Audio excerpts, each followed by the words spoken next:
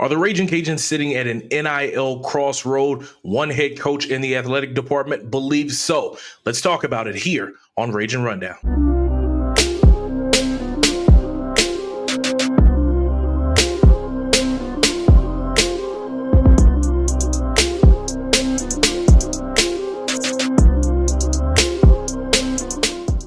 What's good, ladies and gentlemen, and welcome into another episode here on Ragin Rundown. I'm your guy, Jamarcus Fitzpatrick, but you know you can always call me Fitz. If this is your first time making it to the YouTube channel, smash that subscribe button so you know when we're dropping episodes. If this is your first time listening on podcasts, please follow the podcast feed wherever you get great podcasts, just like this one, because this is the show where you will know about all things UL sports. And in today's episode, we're talking about NIL and how it's affecting the Ragin Cajuns athletic department.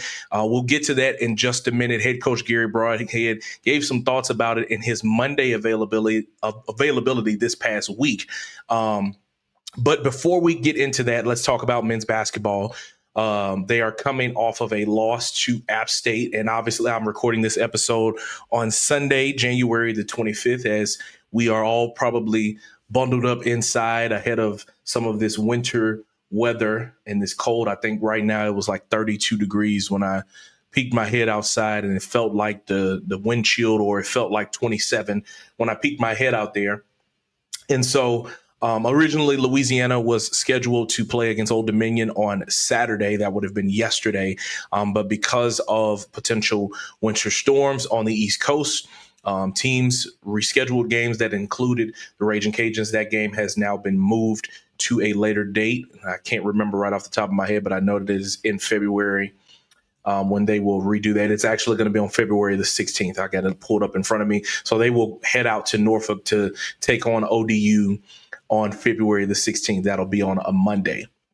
But they are coming off of a 72-58 loss to the App State Mountaineers, in a game that if you look at just the box score, or you just look at that final score, you say, well, UL got blown out again.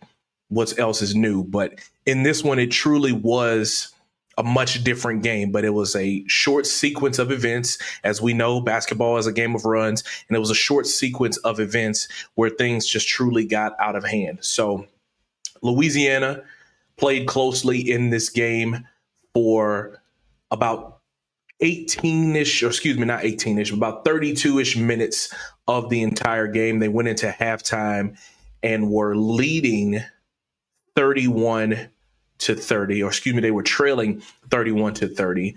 And then they got into the second half of the game. As I'm looking through the play-by-play game flow, they went into the second half of the game, and again, it was continuously back and forth. And at one point, they led 48-47. And this theme has kind of been a recurring one for this team throughout the season. They were leading 48-47 with 8:48 to go. And then Jalen Tott for App State started playing even more out of his mind. He hits a three-pointer. He's fouled, so he gets a shot at a 4-point play. It's now 50-48. He makes the free throw that makes it 51-48. Louisiana goes down. Jackson O'Vera misses a three-pointer. Jalen Tott comes back on the other end and says, this is how you do it. He makes another three-pointer, so he has a quick 7-0 run on his own. After that, Jackson O'Vera misses another three-pointer, or excuse me, another jumper, another shot there. That's now at the 7-minute mark. Michael Collins gets a foul. A timeout happens. Some subs come in.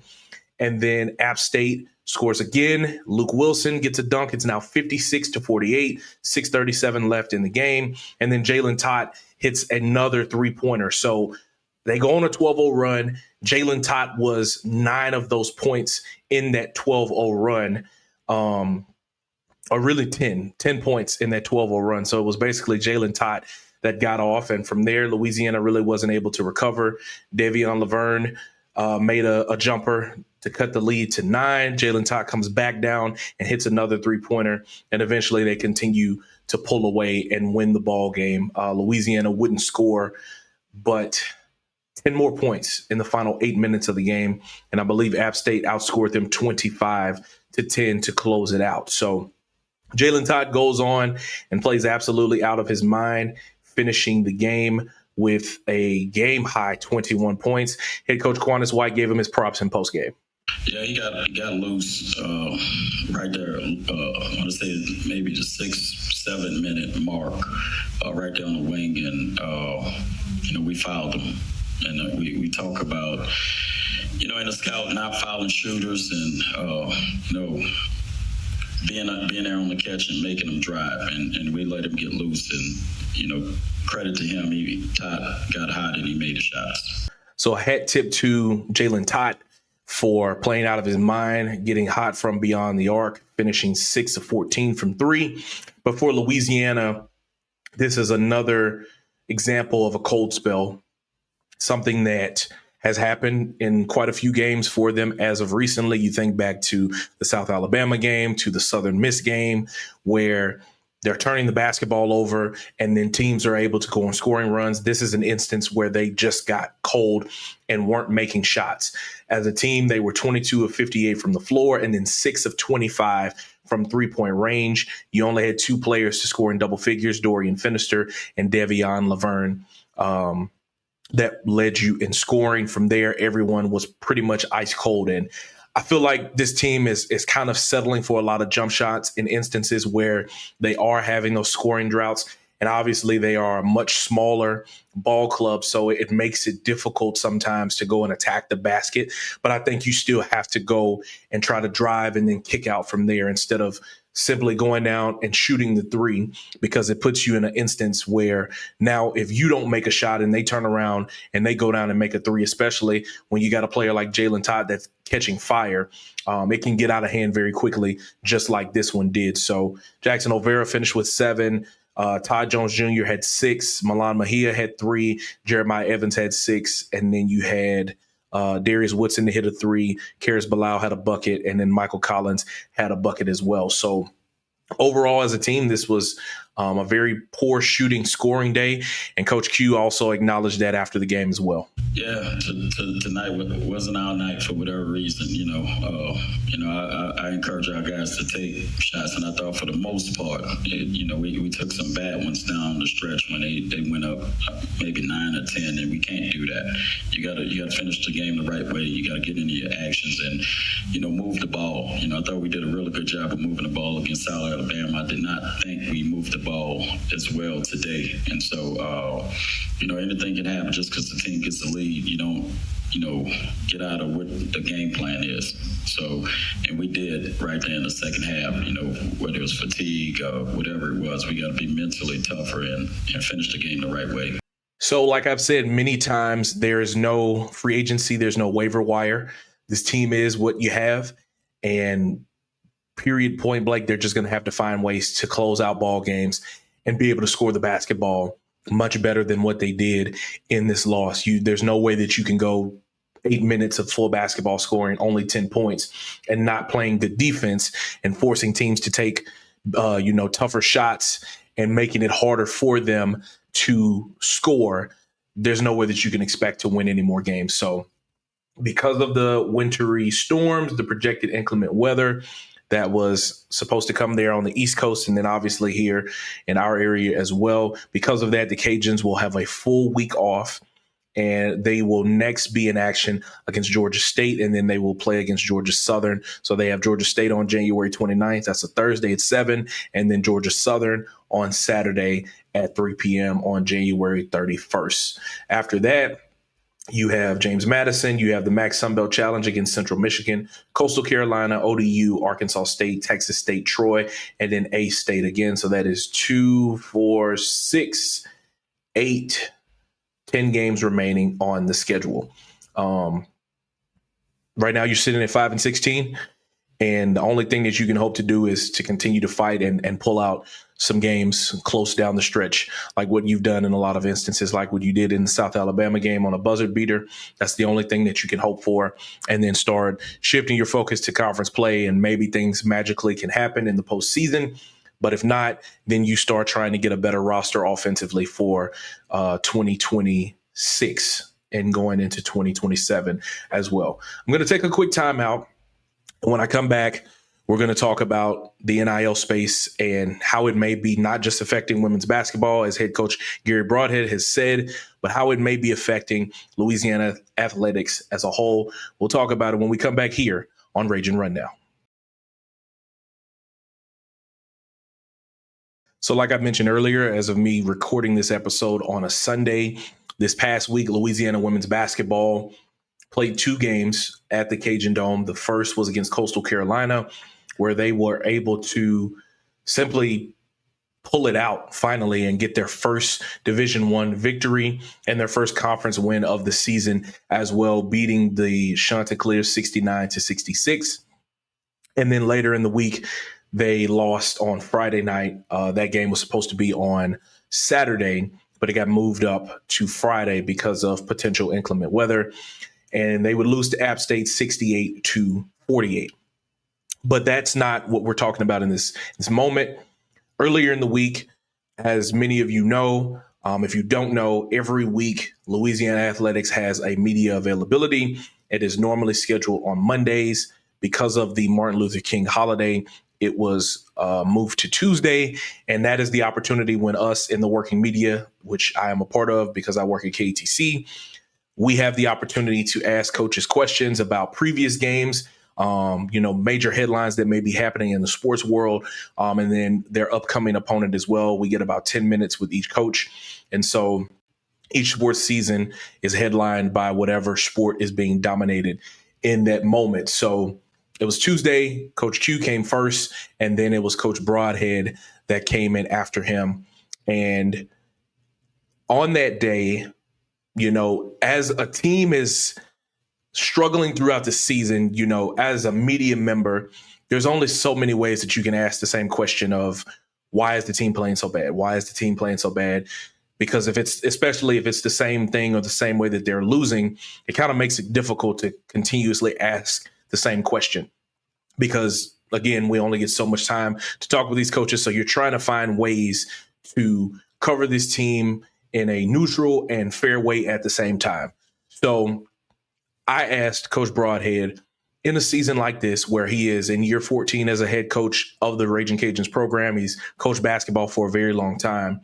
I asked him, what lessons had he learned in a season like this? And, obviously he talked about basketball and, dealing with change, but there was something else that he pivoted to that kind of was not necessarily eye-opening, but for him to be as candid as he was, it took me aback for a minute. So I'm going to let you hear the bite in its entirety. It's about 3 minutes long. So just take a minute, listen to it fully, and then afterwards I'm going to come back and editorialize so you can hear some of those thoughts on what I believe where he's coming from. The NIL and the rev sharing, I'm not saying, hey, it is what it is, and it can be a good thing if we regulate it a little bit, but at the same time, Lafayette's not ready for it. And this is my hometown, so I know Lafayette, and I sit with a lot of people, and they're just like, no, it's like, I think it's going to ruin college sports, I hear that a lot. And so if we don't, I'm just going to talk about our program, the women's one. If we don't have money for rev sharing, we're going to keep on being where we're at now. Because that's what happened last year when we were recruiting. It wasn't the loss of coaches, because I had so many other coaches that wanted jobs. It wasn't the lack of kids wanting to come to Lafayette to play for the Ragin Cajun. It wasn't that. It was, do you have the money? It takes, I'm telling you, this sport right now, especially women's sport, is hot, man. Caitlin Clark last year, and, you look at Iowa, you look at Tennessee's coming along. I mean, there's a lot of teams that are making some noise. South Carolina, I mean, Gino's back again. And so there's a lot of excitement about women's basketball, but it's going to cost money for that, for us to get players, if we're going to try to get players, And the thing about it is, for me, is great. The staff I have now knows how to do that. Tamika played professional sport. She knows that she got paid. She played overseas. She got paid. So I'm in a good situation now that I finally got a coach that, we can do some of this, but we got to get money, It's going to be, my job is going to be not coaching anymore, more of trying to find people that would be willing to give us a little bit of money to to kind of get players. I mean, it is what it is, you know. And I don't know if I'm wrong or not. Y'all tell me if I'm wrong, but I think every sport's like that. You know, now I don't know how baseball and softball. It's a little bit. I mean, every sport's different, but I mean, men's basketball they'll have a hard time winning unless they have money. I mean, or get money. So I know many of you will hear that, will watch that, and will kind of just shake your head or roll your eyes because it sounds like just another excuse from another head coach. And while that may have some truth to it, I think what he was saying had truth to it as well. In this new era of college athletics, athletes are able to share in the revenue that programs make.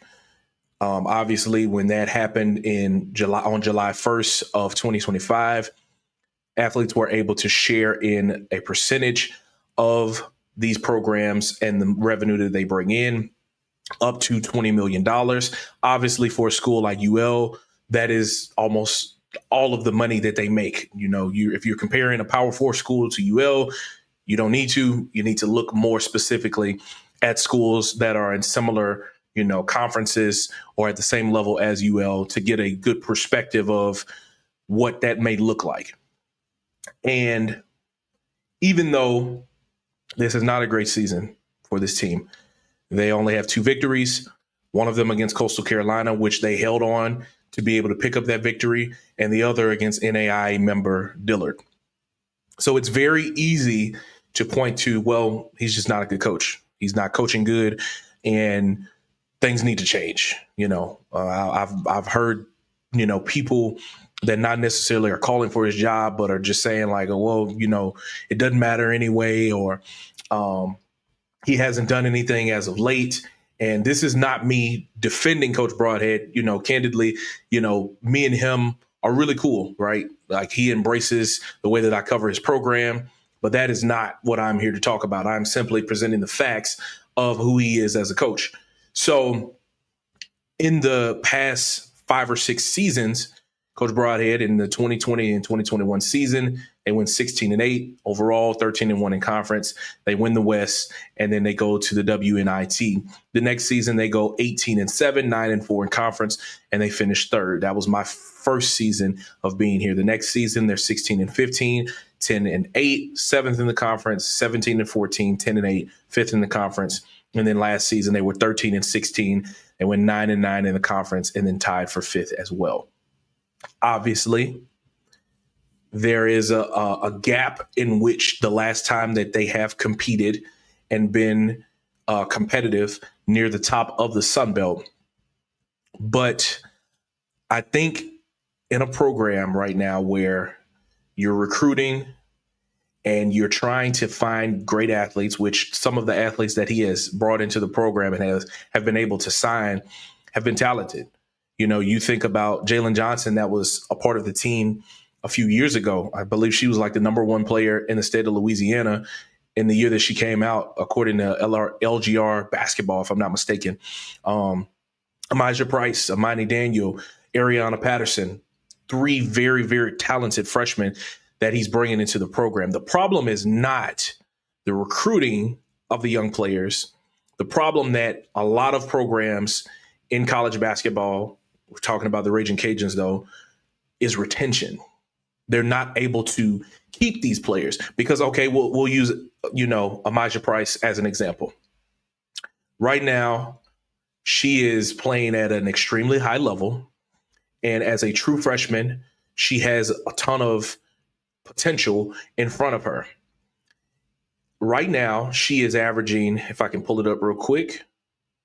Right now, she is averaging 11.7 points per game.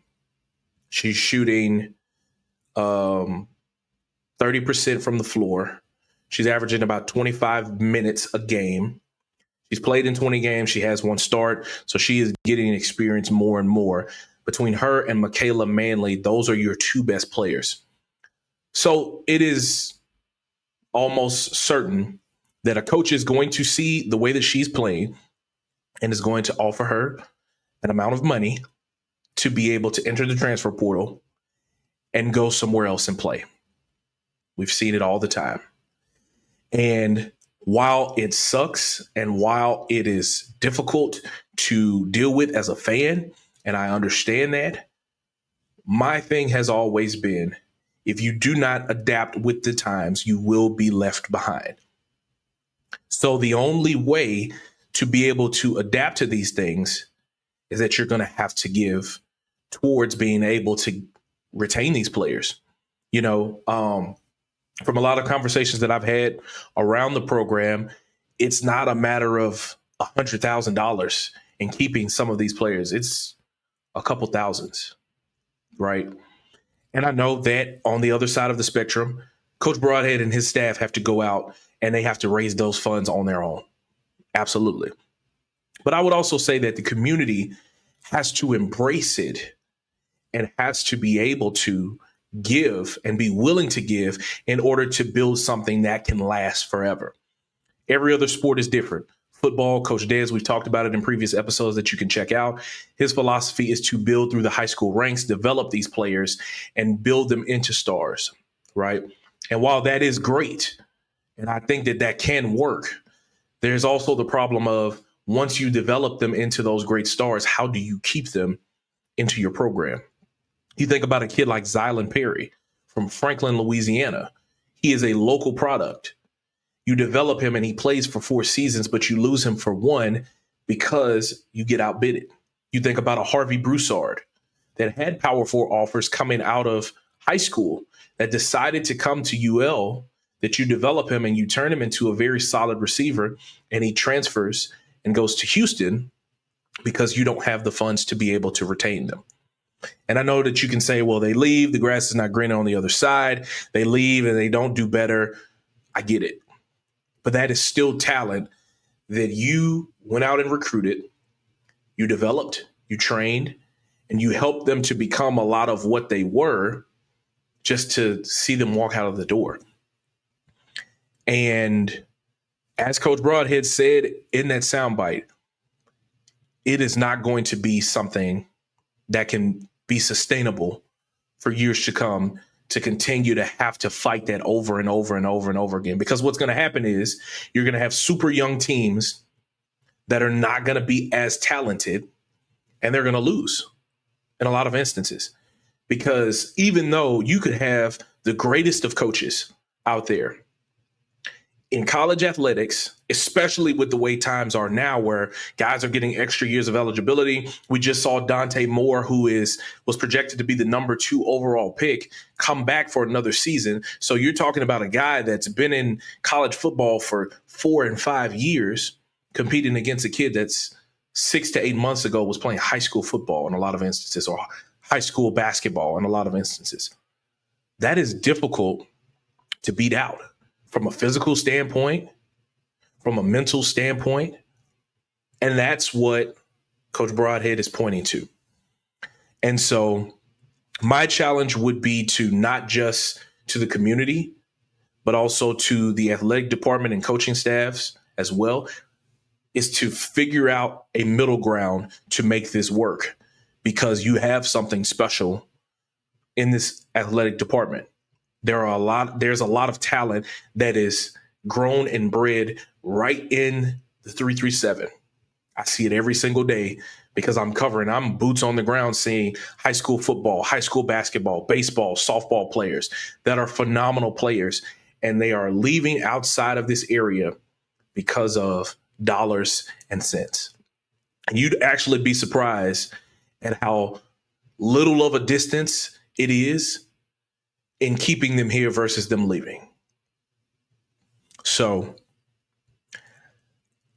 we will see how this changes. I know had tipped to Kevin Foote. He recently dropped an article on the Acadiana Advocate about the athletic department cutting in their budget about 25%. You can go check that out. I will also be trying to dig into that to get more answers about it. But from my understanding, a lot of it is simply positions that haven't been replaced. So those are salaries and those are funds that you are able to allocate in different ways. Perfect example for football, Reese Stringer was a general manager last season. He's not there anymore. They don't replace that position, so that money can be allocated somewhere else. That's a perfect example. But even though you do that, expenses are going to continue to go up over time. So if you want to continue to be competitive, to offset the expenses, you need revenue. To get revenue, people have to support the program.